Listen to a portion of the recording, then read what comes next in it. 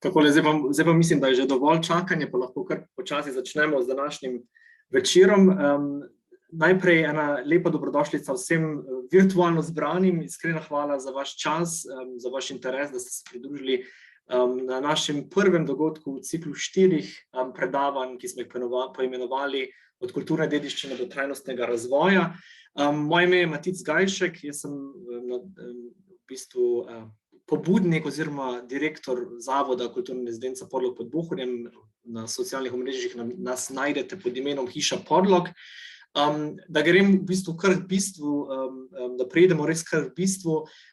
Z našo serijo strokovnih predavanj želimo v Hiši Podlog v prvi vrsti aktivno prispevati k prenosu znanj in kompetenc mednarodnih dobrih praks, predvsem v širšo regijo Kozjanskega, občine Šentjur seveda, ter tudi v širše slovensko okolje. In res v veliko veselje nam je, da je današnji gost, prvi gost, lahko eden izmed res vidnejših predstavnikov mednarodno uveljavljenih ekspertov, dr. Greg Richards, ki je res eden izmed vodilnih ekspertov na temo kreativnega turizma, ustvarjanja destinacij, in res smo počaščeni, da se je odzval našemu povabilu in z nami želel deliti nekaj dobrih praks in vsebin. Čisto na kratko malce o našem zavodu Hiši Podlog. Del naše iniciative je prav tako delovanje našega mini think tanka, s katerim smo res ponosni, da smo lahko začeli počasi ustvarjati tudi nekaj bolj konkretnih vsebin na področju razvoja kompetenc in prenosa teh kompetenc in znanj. In s temi aktivnostmi želimo pridonesti k krepitvi lokalne skupnosti in regije. Poleg našega mini think tanka, v katerem so člani tako dr. Greg Richards pa dr. Olga Kolokita, ki se bo predstavila ena izmed kasnejših predavanj, pa dr. Liča Kalvi in Kristina da Milano. Nam je res veliko veselje, da v bistvu lahko s vsemi temi mednarodnimi imeni ustvarimo zanimiv program in pridonesemo k razvoju širše kozjanske regije. Brez nekega dolgovezenja in govoričenja pa bi zdaj rad povabil v ospredje podžupanjo občine Šentjur, gospo Silvo Koželj, da pove nekaj spremnih besed, preden začnemo s predavanjem. Gospa Koželj, beseda je vaša. Ja, hvala za besedo. Spoštovani gospod Matic Gajšek, spoštovani profesor dr. Greg Richards in ostali udeleženci današnjega predavanja. Dovolite mi, da vas v imenu občine Šentjur najprej lepo pozdravim. Kulturna rezidenca Podlog pod Bohorjem, Hiša Podlog, je pripravila sklop strokovnih predavanj na temo povezave kulturne dediščine in trajnostnega razvoja, ki je v današnjem času še kako aktualna, zato je občina Šentjur rada pristopila k temu projektu.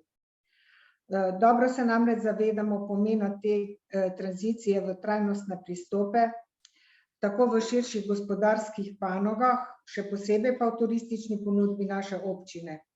Prav iz tega razloga se je občina Šentjur pridružila ostalim točkam v Sloveniji, ki so sodelovali na nacionalnem pozivu Slovenske turistične organizacije za pospeševanje in presojo trajnostnega poslovanja v turizmu, imenovanega Zelena shema slovenskega turizma ali Slovenija Green. Pridobili smo prestižni srebrni znak in se s tem uvrstili v družino prepoznavnih slovenskih turističnih destinacij. Znak je rezultat kontinuiranega, načrtnega timskega dela občine Šentjur in številnih institucij in deležnikov v občini, ki udejanjajo začrtano pot v smeri trajnostnega turizma. Glede na naravne danosti naše občine usmerjamo turistični razvoj predvsem v butični in doživljajski turizem, ki vključuje bogato naravno in kulturno dediščino naših krajev, predstavljeno tudi na turističnem portalu Šentjur Tur. Kulturna dediščina je pomemben del turistične ponudbe občine Šentjur, ki vključuje številne zgodovinske in kulturne spomenike, muzejske zbirke ter pomembne zgodovinske osebnosti, šentjurske rojake, ki so s svojimi deli postali poznani tudi izven meja Slovenije. Občina Šentjur je tudi članica Združenja zgodovinskih mest Slovenije, ki združuje stara slovenska mesta, ponosna na svoje posebnosti. Šentjur je predstavljen kot mesto, kjer imajo domačini glasbo že v genih, in mesto, ki ga že od nekdaj sooblikuje železnica. Doživimo ga z muzejskimi zbirkami, spoznamo velike Šentjurčane, bližina Slivniškega jezera, Resevne in ostalih krajev z neokrnjeno naravo in prijaznimi domačini pa ponuja možnosti za pohodništvo, ribolov, lov, kolesarjenje in kulinarično razvajanje. Ta kratek opis ponudi jedro turistične ponudbe naše občine. Zavedamo se, da imamo še ogromno potenciala, tako zaradi naravnih danosti, kot zaradi še tradicionalne povezanosti z zemljo. Raznolikost Slovenije je ponekod že šla v ekstremno izkoriščanje in množičnost, Kozjansko, deloma torej tudi občine Šentjur, pa je v veliki meri primer nedotaknjenosti v smislu tradicionalne arhitekture, preproste kulinarike in neokrnjene narave. Zato se je potrebno zavedati nujnosti trajnostnega pristopa, ki je ne samo trend, ampak zagotavlja prihodnost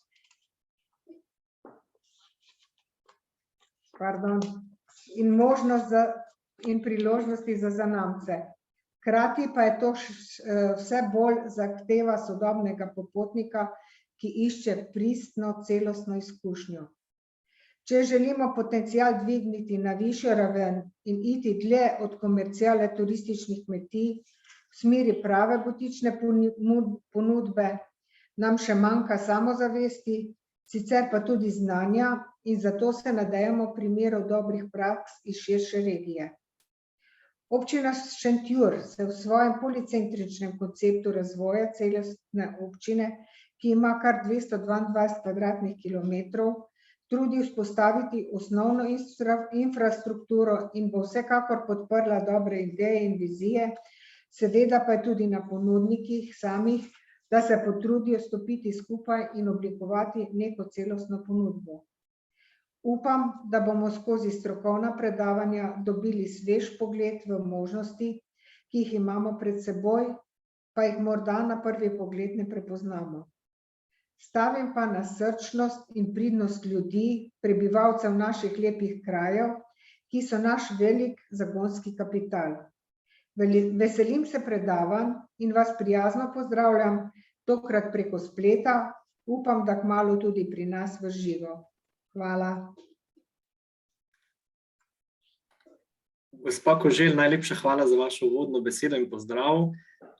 Sedaj pa brez veliko govoričenja povabim našega osrednjega govorca, dr. Grega Richardsa, da se nam pridruži in prične s predavanjem. Now, without further ado, I will switch to English. Greg, I would kindly invite you to join us to the front. I will try. You will try. I will make you a host in a second. Okay, let's see how that works. Perfect. I'll just remove myself from this. I will immediately apologize that my Slovenian is extremely rusty. I was in Portorož quite a while ago. Today I will have to remind me exactly when that was. So I know that Slovenia is a great place to be. It's a shame that I can't be with you physically. But anyway, let's spend some time thinking about what we can do with culture and creativity, also in the context of Slovenia and particularly rural Slovenia. We talk about culture and creativity a lot in terms of big cities and big countries, but very often we forget that a lot of places are relatively small and they have relatively small populations. So what can we do in places that face the challenges of being in less well-connected locations and with smaller populations. That's something that we've been looking at in recent years, for example, through the book Small Cities with Big Dreams, looking at how small cities can put themselves on the map. And I'll be talking a bit about the kind of research that we've been doing in recent years in the presentation. So thank you so much. Now, I will make you a host. Just a second. Yeah. There you are. Now you should be able to share your presentation. Okay, let's see how that works. Yeah, sharing screen. Okay. Let's see. Can you see my screen or not? Not yet. Not yet. Okay, let's try again. Share screen. Ah, that looks more like it. Okay. Now we see it. Now you should be able to see the screen. Okay, so that's the important first step done. So Matic asked me to say something about the transition to creative tourism as a potential tool for the sustainable development of destinations. So I will follow my instructions. Let's start from where we are now. This is basically the challenge that we are facing now. Perhaps not quite as extreme as it was when these pictures were taken. Not only in Slovenia, but also all over the world. Places were suddenly locked down. People were not able to travel, not able to enter museums. And so effectively, the whole system of culture, creativity and tourism ground to a halt. Except that, of course, as soon as the normal ways of functioning stopped working, people got creative. It was very interesting to see how in the pandemic, at the height of the lockdown, people suddenly started organizing balcony concerts and finding all sorts of ways to communicate with each other and to create culture, even under the most challenging circumstances. So that gives us a bit of hope for the future. And certainly, if we look back over the last 18 months, then we have seen an increase in tourism in many different places. In the Netherlands, for example, people were pretty quick in recovering movement and going about their kind of almost normal way of life. And in many destinations in Western Europe, certainly, we see a recovery of tourism. Maybe not to the same levels that we had before the pandemic, but in many places, 2021 is looking better than 2020, for example. So we see the recovery happening, but it's going to be a slow process. If we look at the UNWTO forecast for what might happen, then we see this idea that after a few months of dragging along the bottom with up to 90–80% reduction in tourism, then gradually things should start recovering. So this is the kind of picture that we've been presented with in terms of tourism.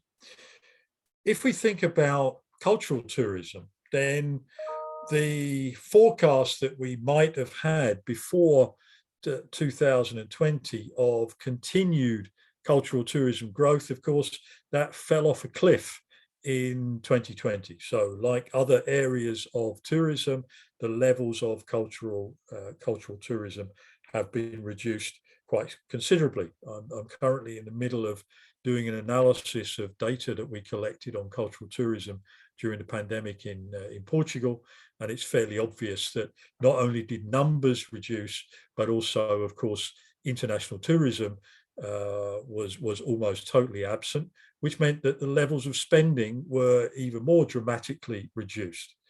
So gradually, one might expect things to recover. But the reality is, of course, that we're not likely to see anything like a full recovery until 2023, 2024, or in some areas even later. Now, this of course, if you're working in the tourism industry or the cultural tourism sector, is a very bleak picture. But you can also see it as an opportunity. It can also be a time when, if we can't actually attract tourists to wherever we are, then we can spend a bit of time thinking about what we want to do in the future and how we might develop new models of tourism, looking towards the future, and perhaps how we might change tourism. Because the development of tourism and also cultural tourism in many cases has not been a totally rosy picture in recent years. These are the kind of scenes that we might have seen in 2019. So cultural tourism in many places had become mass cultural tourism. Cities like Amsterdam and Barcelona were desperately seeking ways to reduce the number of tourists, and in particular to try and change the model of tourism to change the type of tourists that were coming, to try and aim for quality tourism rather than quantity tourism and all this kind of thing. So we had this idea in 2019 of over-tourism in many places. And over-tourism was seen in major cities like Amsterdam. It was seen in major beach resorts like Benidorm, for example, but it was even seen in rural areas. In some national parks, for example, you had people queuing, overfilling car parks, trying to get their share of tranquil nature along with everybody else. Of course, these types of scenes are things we haven't seen now for a while.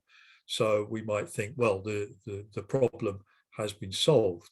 I'm not sure about that, because a lot of people in the tourism industry are actually looking for a return to what they might call the old normal, business as usual.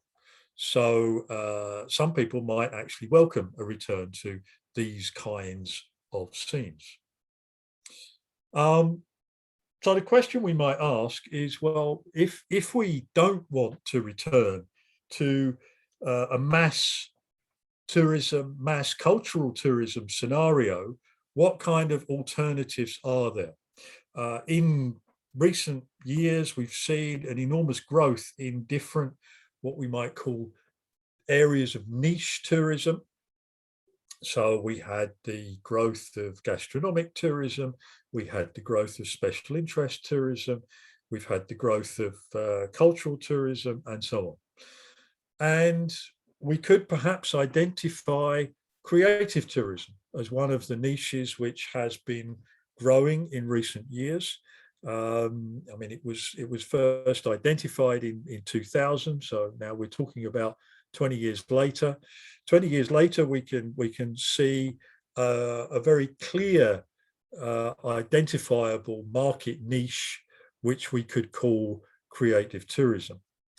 And one can see this in different ways.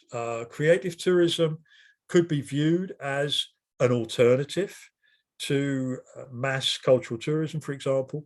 So people who don't want to queue up to be able to take a picture of a load of heads in front of the Mona Lisa might want to go to a much more peaceful location with smaller groups of people and do creative things rather than simply taking photos.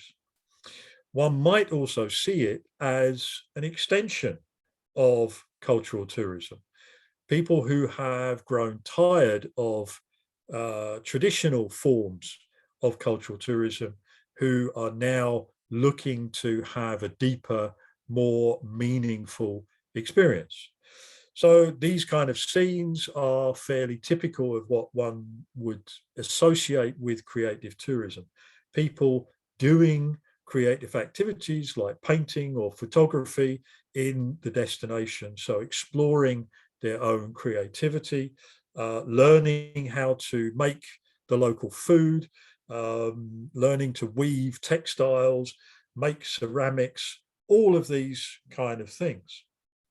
And in many ways, this relates to the growth of the experience economy. So in the last couple of decades, we've had a lot of discussion about the increasing desire of consumers to have experiences rather than just being in a place.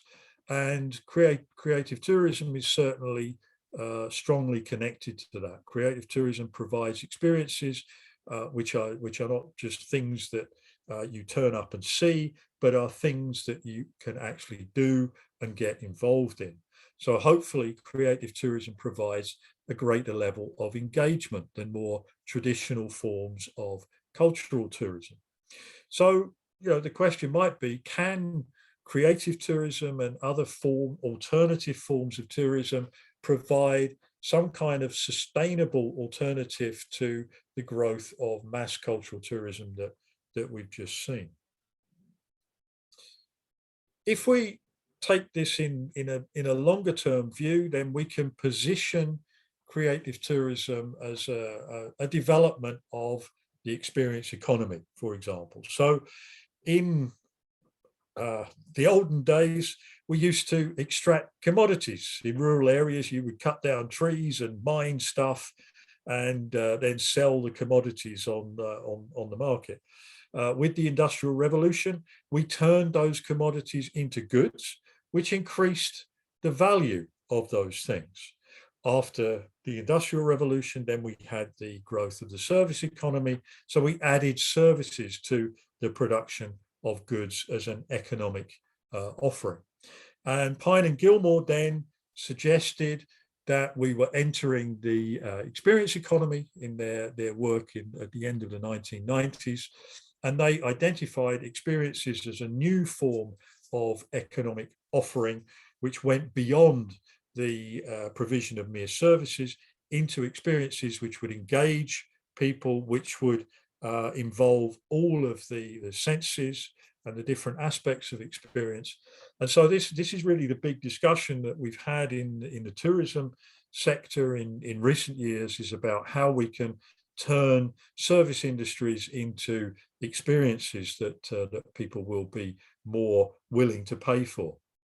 And if you like, the transition from a service economy to an experience economy is really the transition from traditional mass tourism, so people turning up to look at stuff or to lie on the beach, towards cultural tourism as we have seen it, where people turn up for an experience of culture.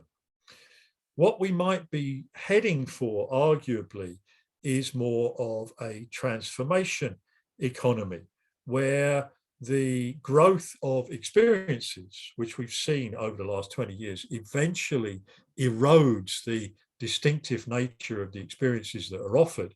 And so you have to think about ways of making experiences more engaging and more satisfying for the consumer. And so arguably, according to Pine and Gilmore, you have to provide increasingly not just an experience, but an experience which actually changes the people that are having that experience. So the idea is you don't just experience something and then go home and forget about it. You experience something that changes you as a person, or which changes your creative capacity. So you learn to do something. You increase your range of skills and competencies. So this is really a change from experiencing things in traditional models of cultural tourism towards becoming something else in the transformation economy. The important thing about this is that this evolution is an evolution which increases the value of the experiences that tourists are having. So each stage of development produces a higher level of value for the consumer, but also importantly for the producer.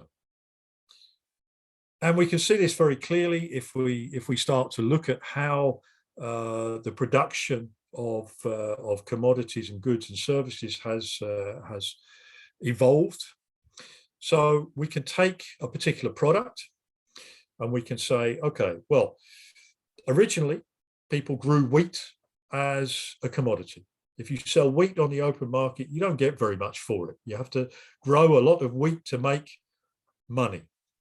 If you start to take the wheat to a mill and you grind that into flour, then you can sell the flour for much more per kilo as a good than you could get for your raw commodity of wheat. Of course, in the service economy, if you add services to the basic good, so you take that pasta flour and you make pasta from it and you serve a meal in a restaurant, then you can charge even more for the service. But if you take that basic idea of a pasta dish and you turn that into a creative experience, then you can charge still more. So you might pay 10 euros for a plate of pasta, at least in the Netherlands, you pay at least 10 euros, if not more. If you turn pasta into a creative experience, then you can charge people 100 or 200 euros for a creative workshop themed around pasta. I know because I've done it myself. So I went to Venice, and instead of doing the usual tourist stuff, because I've been to Venice a few times, instead of going around the attractions, I decided to do a creative workshop, pasta making. So I went to basically someone's house to learn how to make pasta. And of course, I paid a lot more for that than I would for either eating a dish of pasta or going into a cultural tourism attraction, for example. But I took away something with me. I now make pasta on a regular basis. So I have gained a skill. I paid a lot for the experience, but I think it was well worth paying that amount of money. And so you have suddenly a new type of experience which benefits both the producer, who earns more from providing that creative experience, and the consumer, who gets more out of the experience as well. One of the important things about this evolution of economic value is that it also has other effects, which are an increasing involvement of people, should be people with an O, and place. So by the time you get to producing a creative experience, it's not just about the quality of the pasta as food, but it's about the people that are teaching you the creative skill, and it's about the relationship between the pasta that you're making and the local culture. So of course, there is a lot more value in learning to make pasta in Italy than there might be learning to make pasta in a workshop in the Netherlands. There's no reason why you shouldn't learn to make pasta in the Netherlands, but it feels different.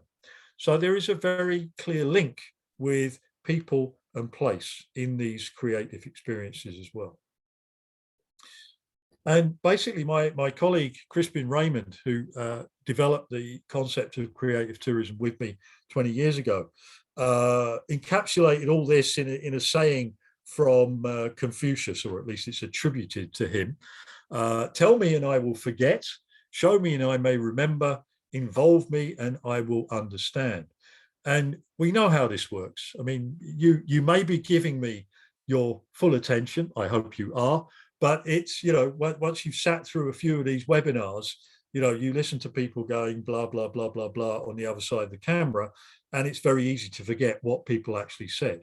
And a lot of our experiences are like that. When we go around a city with a tourist guide, you get a lot of information that you don't retain.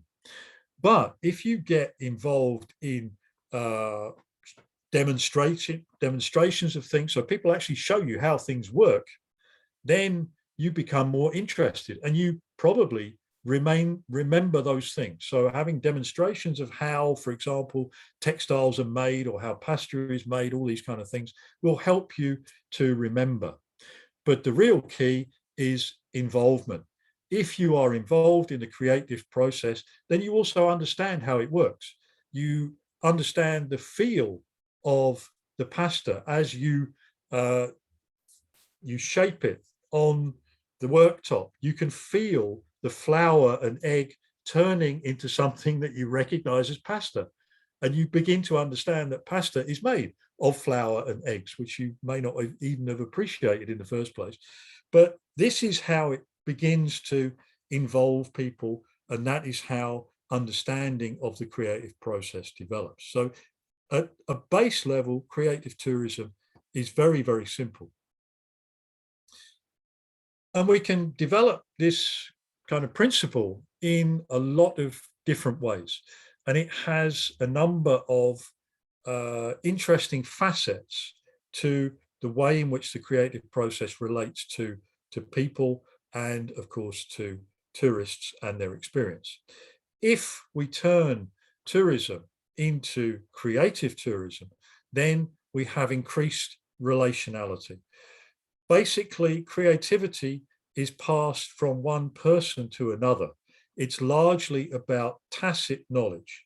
So it's not something that you can usually learn by reading a book. It's something that somebody has to show you, and then you can be creative yourself. So it immediately involves contact between people, which many modes of contemporary tourism do not involve at all. You know, you go to your Airbnb apartment, you get handed the key, and that's it. Your relationship to your host is over. So relationality is very important. We've seen that creativity can increase the value of the basic experience. Arguably, this form of tourism is therefore more sustainable, because if the locals are earning more money and the tourists are having more engaging experiences, then it's more likely to be sustainable on the long term. Importantly, this also involves human values and empathy, because if you don't understand the people that you are engaged with in this creative process, then it's very difficult to learn effectively. And the people who are providing these creative experiences also need to understand the backgrounds of the tourists that are coming to them and what kind of creativity they may also bring with them. So it's not just about a one-way process of the locals teaching the tourists how to do something creative. It is about creative exchange.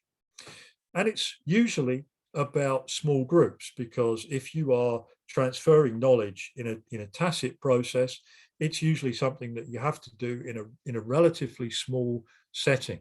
So you're not likely to develop mass tourism through creative tourism. That's very difficult, in my opinion. And so what you're trying to do is you are tailoring things to the needs of the different groups in the system, of the producers, the consumers, and because of this important link to place, also the community. And we see many examples of how this kind of system is developing. So this is the website of Vacations with an Artist, and you can go and have a holiday with an artist in lots of different places, including in Slovenia. So this is just an example of the people in Slovenia who are providing artistic holidays that you can go and do. So you can learn about soap making, you can learn about printing, you can learn about photography, all of these kind of things. So this is already happening in Slovenia and elsewhere. And what this is doing is it is sucking in creatives and hopefully creative energy into the tourism system.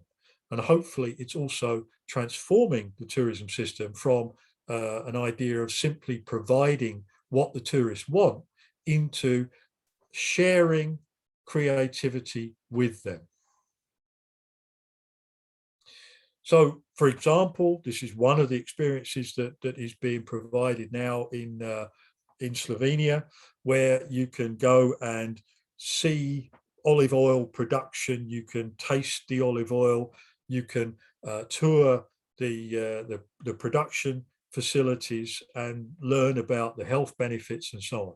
So this is a very different system from what usually happens in mass tourism, where if you're lucky, you might get to taste some of the local olive oil when it's poured over your salad.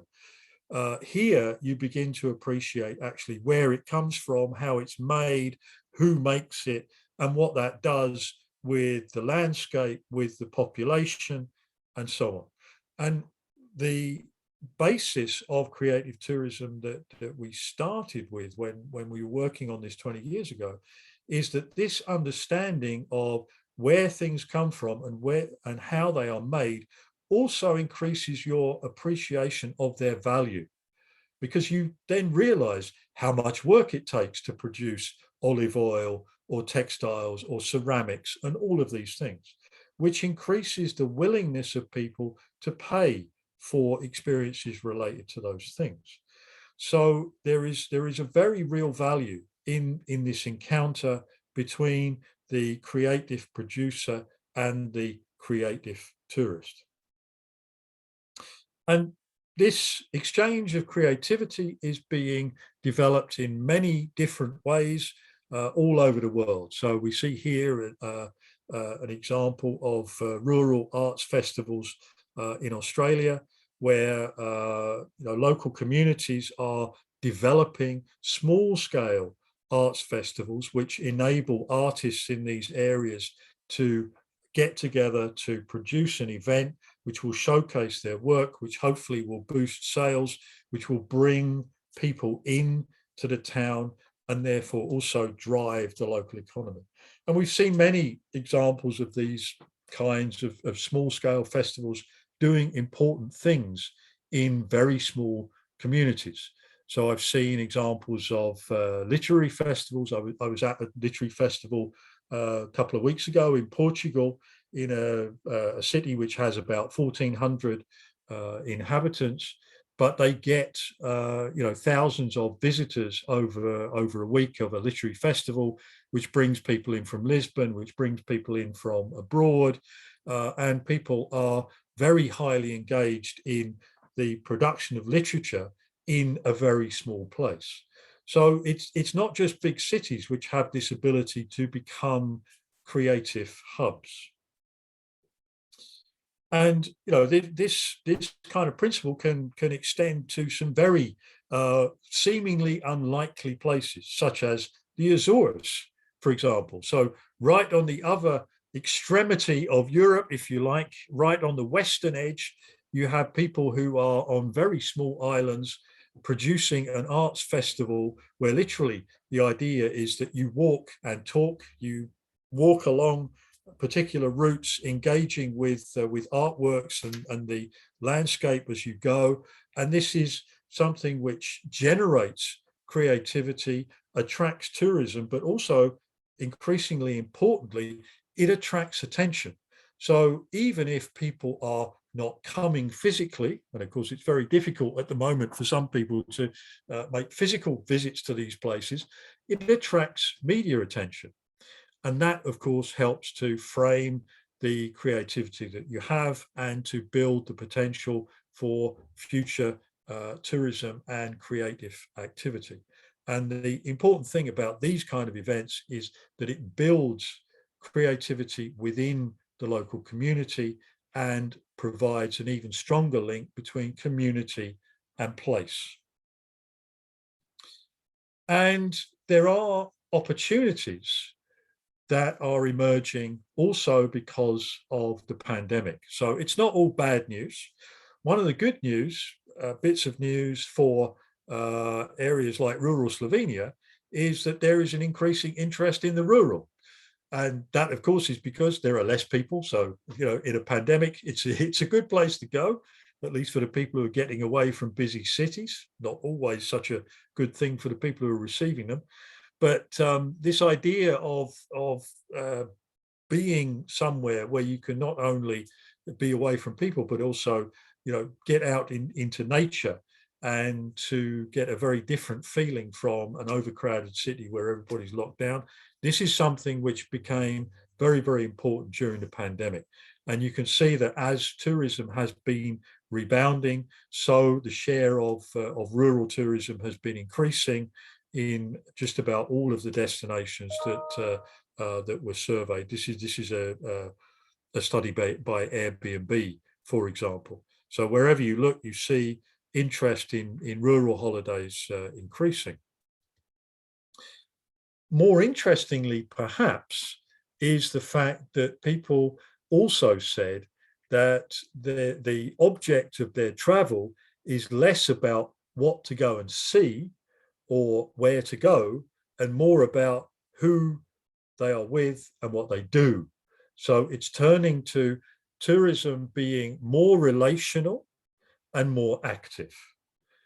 So that's where creative tourism really comes in, because that's exactly what creative tourism does. It provides people with something to do, which is a relational, which is a link to the people that you are with and the people that you are visiting. So creative tourism fits also into this new drive to be with people and to do interesting things. So it's no longer just about taking pictures for social media, it's about also what you do in the destination. So, this is actually a photo that I took at the literary festival I was at in Portugal, where you could see there's plenty of people wearing masks, but still enjoying their literary tourism.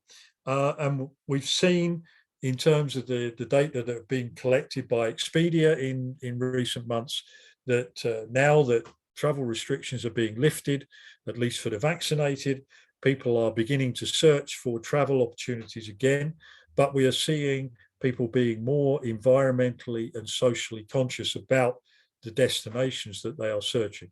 So sustainability is arguably becoming more important, and people are also seemingly more willing to pay for sustainable travel. And hopefully this will increase, because it's mainly Gen Z and millennial travelers, in other words, the younger generations, that are particularly interested in developing sustainable travel habits. One important point that we should also bear in mind is that this is not just about attracting tourists, it's also about attracting talent, because this is very important for the creative system, for the cultural sector in wherever you are. And it's interesting that Slovenia is actually among the places that people want to go in terms of the quality of life. So Slovenia is a good place to go if you want a high quality of life. And one of the aspects of that, of course, is culture and creativity. So Slovenia has a kind of an edge as far as those kind of things are concerned. It can frame its quality of life, its culture, its creativity as a way not just of attracting tourists, but also attracting young people who might be interested in studying there, in moving there, working there, and so on. And we see this also happening in terms of the increasing trend towards digital nomadism. And again, Airbnb have studied this in terms of their clients and found that a large percentage of those people are interested in becoming global or digital nomads. And this is becoming easier and easier as, you know, good internet permeates all the different corners of the world. So you can pick up your laptop and now you can work from anywhere. And of course, that has been significantly stimulated by the pandemic. People have realized they don't have to be in the office to do their jobs. So this is clearly an area that will expand in future. And so you have digital nomads looking for interesting places to go and work, but they don't just work, they also do tourism and looking around while they are in a place. So you have here examples of people who are saying, yeah, I like to connect with nature as I travel as a digital nomad. So even if they're busy making a website for someone in Hong Kong, they could still be in Slovenia enjoying nature in their free time. So these are very interesting new market segments which can be developed in Slovenia and elsewhere. And we see, for example, that Croatia has already developed a digital nomad visa to cater for these people. And Malta has also jumped onto the digital nomad bandwagon. So we see very similar types of destinations doing these kind of things and trying to attract digital nomads and what we might broadly term as talent to come and live and work and study in the destination. One of the big advantages of creative tourism is that you don't just buy souvenirs which are made in China and which can get stuck in the Suez Canal on the way, but you can also make your own story, your own memories, your own souvenir. So if you're involved in the creative process, you get to make the culture as well. You are part of this production system. So you don't just take photographs away with you, you take your own souvenirs that you have created, which then have more value, which then become part of the story that you tell about your experience of tourism. So that also increases the marketing value of the creative tourism experience. And this doesn't have to be something which is related just to traditional crafts. Often crafts are the easy option when people think about creative tourism. That and gastronomy tend to be the key things. But as our colleagues in Thailand have been finding, you can develop this in many different ways. So you can see it as community-based tourism, but you can also see it as a way of stimulating design. And in the Netherlands, we've had lots of examples of how they've used design to produce new and engaging souvenirs for people. So, we can bring creativity up to date, and we can do interesting things with creative activities. But at a basic level, this is all about the relationship between people and place. And one of the interesting things that creative tourism does is it enables people to get hands-on experience of things.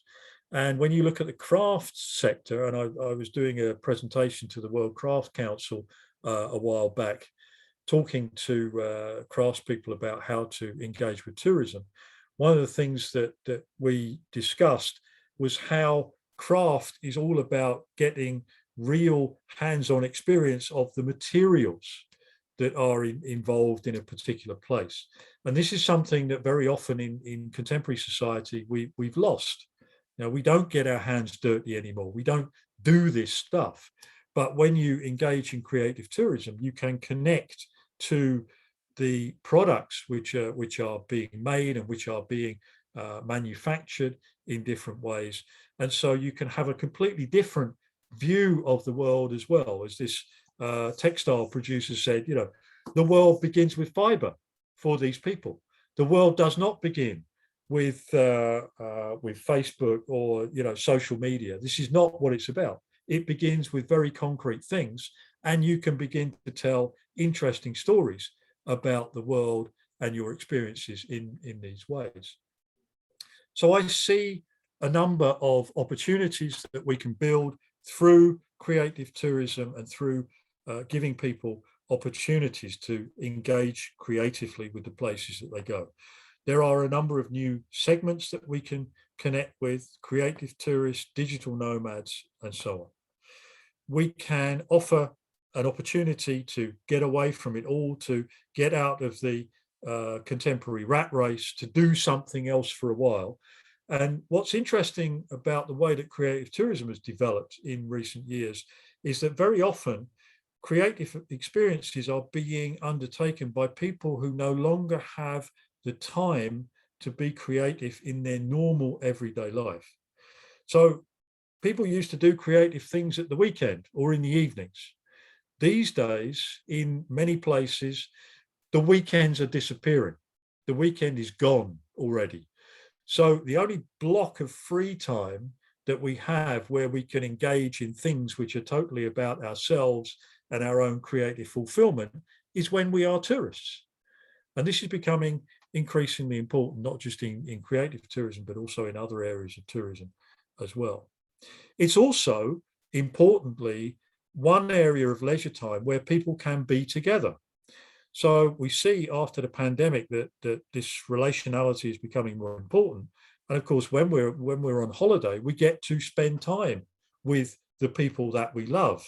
And this is a very interesting phenomenon as well. You know, we all have very hurried lives, and we don't have time to sit down and eat dinner at the table anymore. You know, so certainly in the Netherlands, that's becoming a very rare thing. So these kind of experiences provide us also with a moment of being together, which provides the possibility of doing together as well. And I've had lots of conversations with people about what they found valuable about creative experiences. And a lot of this was to do with being with the people who were showing people what to do, but also doing it together with people that they knew was a very important part of the experience. So creating together becomes an important value of creative tourism. And we see, therefore, also a shift in our ideas about creativity. So we've heard a lot in the last 20 years about the creative class, thanks to Richard Florida. But I think now we can see that the creative class is much more than just a class of rich urbanites. It's also something that is becoming common in rural areas as well. There are lots of creatives moving to rural environments in order to express their creativity. And we're seeing the development of rural creativity from below as well.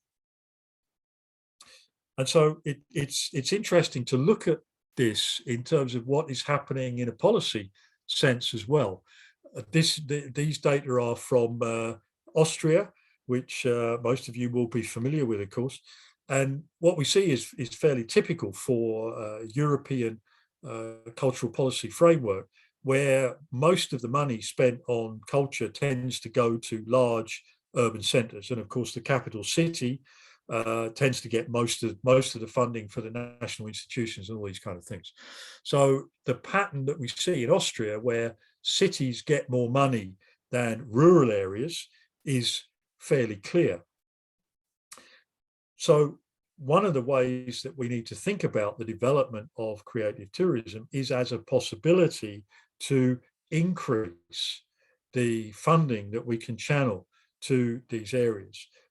First of all, by increasing creative activities, but also by developing tourism in a creative form, because we see right at the bottom of this diagram that tourist destinations, which also tend to be in largely in rural areas, also get more funding for culture than other rural areas. So this gives you a feeling that there is a system developing where creativity and tourism gives you a policy framework which delivers more funding for culture. So that becomes important in terms of developing the relationship between culture and creativity and place.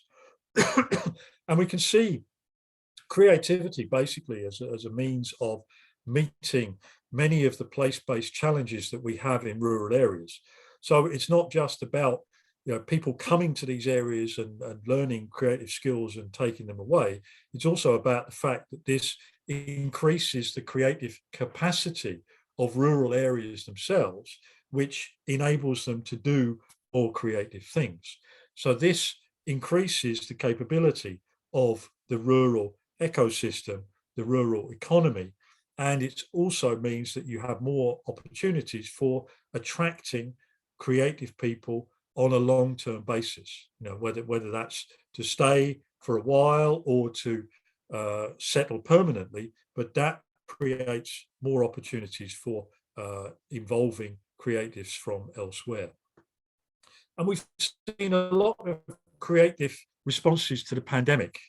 So, for example, in Crete, you could go and learn to make soap, which was very useful, particularly in the early days of the pandemic, where everybody was concerned with hand washing. So this goes to show that creative tourism also has a kind of creative reaction capability as well. And you can see this in terms of using the tourists as a creative resource as well. So in Amsterdam, we have tours of the canal, which are much more active than the traditional ones, where people just sit there and stare at the buildings, where you can go plastic fishing in the canals. So you can help Amsterdam to clear up its canals and have a fun time at the same time. And this really does build lasting connections. So you have a teacher from the UK who now has a very strong link to Bali, because she went there, she encountered a turtle that was wrapped in plastic, helped the turtle, got involved in cleaning up the plastic, and now she is a kind of champion for environmental issues in Bali as well. So these kind of things create a link between communities. So it's not just that the tourists come and do something creative while they're there, but the creativity develops a link which helps to sustain relationships over the longer term as well. So this makes the point that what is important at the end of the day is the active involvement of people in the places that they go to, and the way in which you can create some sort of sense of belonging. So when you get people doing things that are creative, when they get to help with the issues that people face locally, then they are likely to become more engaged and attached. And that means that they can start to help in placemaking processes, in increasing the quality of life in the places that they're visiting, rather than just being a nuisance, as they often are in other places. And also breaking down this idea that, you have people who are the sedentary hosts who make places for the enjoyment of tourists, and making the tourist an active actor in improving the quality of place. So it's about shifting the idea of tourism from being simply a tourist to being a traveller who is more engaged in the local culture, to being a sort of para-local or temporary citizen in the places that they go to. And this all feeds into a system of placemaking, which is about using the resources that you have in a place, giving them meaning for the people who live in that place, but also for tourists, and that requires creativity. So I think this is a very important contribution that creative tourism can make to places that develop creative tourism, is that in the end, creative tourism helps to make better places. So that's all that I wanted to say. I hope that that's given you some insight into creative tourism and how that can feed into placemaking. And if you want more information about my research, you can visit my ResearchGate profile, which has a lot of my publications on these kind of issues. And of course, you can contact me directly and pose questions, but I'll also be happy to take questions from you now, if you have any questions, of course. Thank you. Thank you so much, Greg, for this very insightful presentation. Then I'm very happy to invite, I see we have some virtual applause to you. We maybe also, apart from virtual applause, have some questions in the group. You are either free to unmute or to text them in a chat and we'll communicate. Preklopim še v slovenščino, če imamo morda kdo kakšno vprašanje, lahko tako se unmutate in vprašate, ali pa napišete v chat in bomo vprašali gospoda Richardsa. Lahko jaz? Okay. Hi, Greg. Hi. It has been a while. Yes. Just a few years. A few, yes. I can't remember exactly, but at least 15 years or so. It was Barcelona. Yeah, It was Barcelona, 2005. the Winter University. And Yeah. to answer your question, it was 2001. It's David, okay. the Portorosh, David, All the right, so crazy 20 years Portorosh. ago was the last time I was in Slovenia, and Really? Tadeo was our wonderful host. Yeah, and David was many, many times, you know, after that, of course. I would have a question, because you mentioned Pine and Gilmore. They are really, they're somehow, let's say, the godfathers of experience economy. Do you think that the first edition was out, I think, in 1991? There was some 2 or 3 editions more. But do you think that people actually got their idea? Because it is so closely, it's, you know, the whole Scandinavia, I know, because I've lectured there, they use it, and I use it as well. But I don't think that people in economy got their idea. What is your experience? Yeah, that's an interesting question, because of course the basic idea has been around for a long time, so people have had time to look at it and test it and all of those kind of things. And as you say, in Scandinavia, they've taken a particularly interesting approach to the experience economy, where the experience economy became actually a kind of adjunct to public policy. So they had policies on developing experiences for tourists. So that was a very interesting experience also for the policymakers. I think in Scandinavia, they actually seem to have seen that as a phase that they went through, and now that, you know, they want to move on to something else.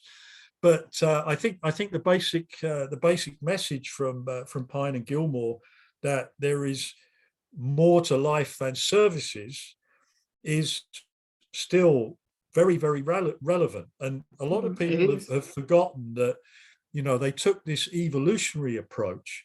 So they weren't saying that experiences are the be all and end all of tourism or anything else. What they were saying was that they saw an evolution taking place, where services were becoming an area of intense competition, and that in order to differentiate your services, you needed to move towards experiences which were more difficult to replicate. And I think that has certainly been the case. So one has to give it to Pine and Gilmore that they predicted with some accuracy how the economy would develop. And we certainly see that in tourism. I mean, if you look at tourism websites these days, experience is everywhere. So you can have all kinds of experiences, and of course the experience term has become so broad that it almost becomes meaningless. So this is also where their important point that the experience economy would evolve into something else is crucial, because I think we're also seeing that you know, experiences are now having to become more and more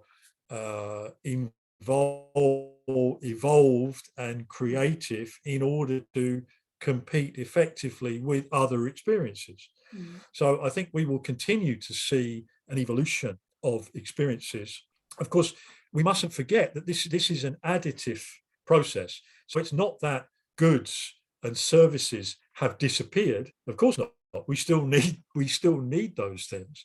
So experiences will not disappear either, but they will become more basic building blocks of tourism and other areas of the economy, while we create new things. So that's also something that we mustn't lose sight of. Yeah, I agree completely, and must come to people's hearts in tourism offer and in tourism supply, no matter where. We are just two of a kind. The customers. It's difficult because people in the tourism industry are still, by and large, geared into a service paradigm. Yeah, it's true. Thank you. Thank you so much for your question. Okay, we continue this. Is there any other question in the group? If so, please unmute. I see that we have a classroom unmuted, so I assume there is a question in the class. Yeah, well, I asked students first. I'm coming around the corner, because I'm sitting behind the glass. So behind the glass, I don't need to wear the mask. It's much more comfortable. Just a short comment, Greg. Thank you so much for your presentation. One comment on you mentioned a few times the small scale thing. So I would just like to point out that immediately after mid-1950s, the so-called small-scale projects emerged, Latin America, Africa, Asia, and it was very similar to what you presented today. So some sort of alternatives have always existed, but it was always in terms of, oh, let's help the community. So it wasn't quite defined in the same way. What I would like you to comment on, because I know that you've got experience outside Europe as well, because today with the students we are discussing two cases from Brazil and from Korea. So if you can comment shortly on your experience on creative tourism, for instance, from the Asian point of view, if you can. Sorry, from the which point of view? Asian. It was Asian. The Asian point of view. Okay. Yeah, Asia is very interesting. I mean, it's very difficult to generalize about a big continent like Asia or Europe or whatever. But interesting models of creative tourism have developed in Asia. I think there's two main types of creative tourism model.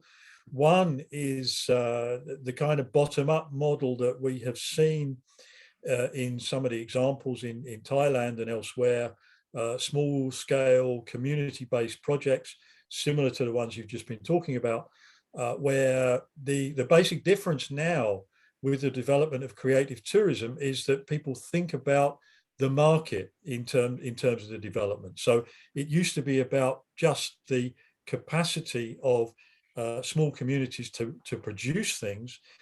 Now it's about their capacity also to understand and co-create with the people who visit. So this is one essential transformation which has happened in the last 10 or 20 years. In Asia, you get a lot of these kind of projects which are community-based. The projects in Thailand, for example, are based on 20 villages which have been identified nationally as places of creative production, which are interesting for tourism. So in those places, they've developed creative tourism experiences which can get people involved in the creative things that happen in those villages.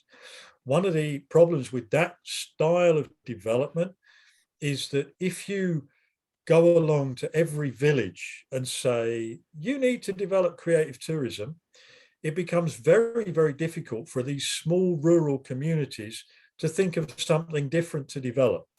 So if you have a region which is, growing rice, for example, as many regions in Asia are, once you've had one rice growing and threshing and milling experience, you will then get another 50 in the villages surrounding that one. So it is a real issue. And we've had research done on this in Indonesia, for example, where a lot of these creative villages have grown in a bottom-up way, where they have just done the obvious thing. But of course, that's not very creative, because it's not bringing new ideas and new perspectives on what people do. You can introduce creativity, but sometimes that also requires a view from the outside, which is why the program in Thailand is interesting, because it's actually introducing facilitation, which enables people to think through the kinds of creative things that they could do based on the resources that they have, and also using examples from elsewhere. The other model that has developed in Asia, which is important also in Thailand, but most importantly in Korea, if you think about Squid Game, for example, which everybody seems to be watching nowadays on Netflix, this is not an accident. Korea started to push Korean culture and creativity 10 or 15 years ago in a really big way. So they have programs which are designed to support creative producers, to support creative exports, including film and TV. And so there's a real big push behind exporting Korean culture. So creativity is an excellent vehicle for this. And what has happened in Korea is that you've had a real explosion in TV-related, film-related tourism. So people come to see the places where these programs are filmed and to have an experience of what we might call film tourism. But one could also see this as a certain subset of creative tourism, because the essence of the motivation is about creativity. So that's an interesting top-down model which has been driven by central government. In other places, you have a kind of mix between those two, but these things are developing fast in Asia.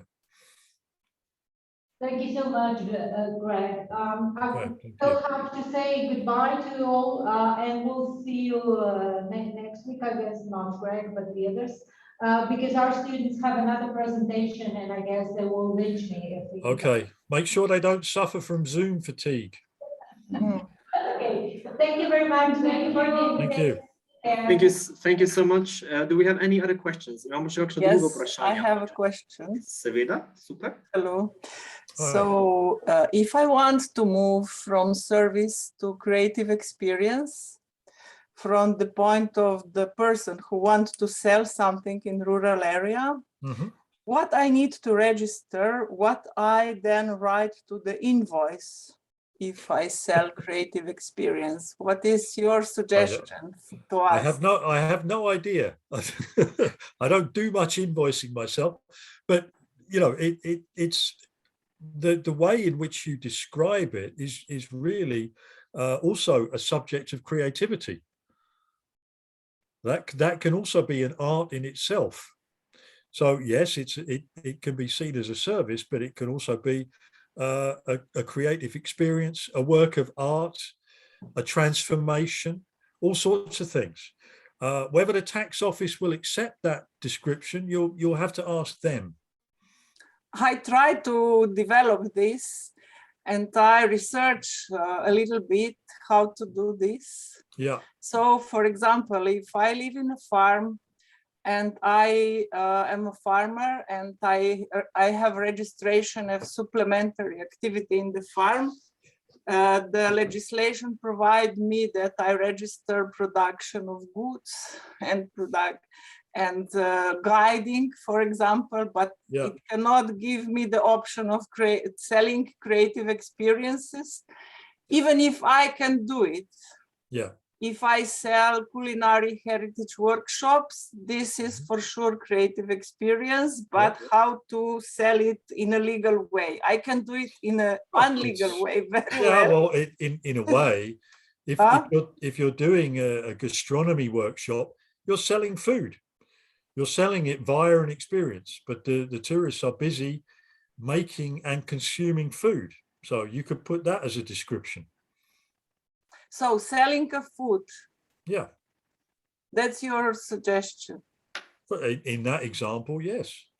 Okay, thanks. Okay. Hvala. Okay, imamo še kakšno vprašanje mogoče?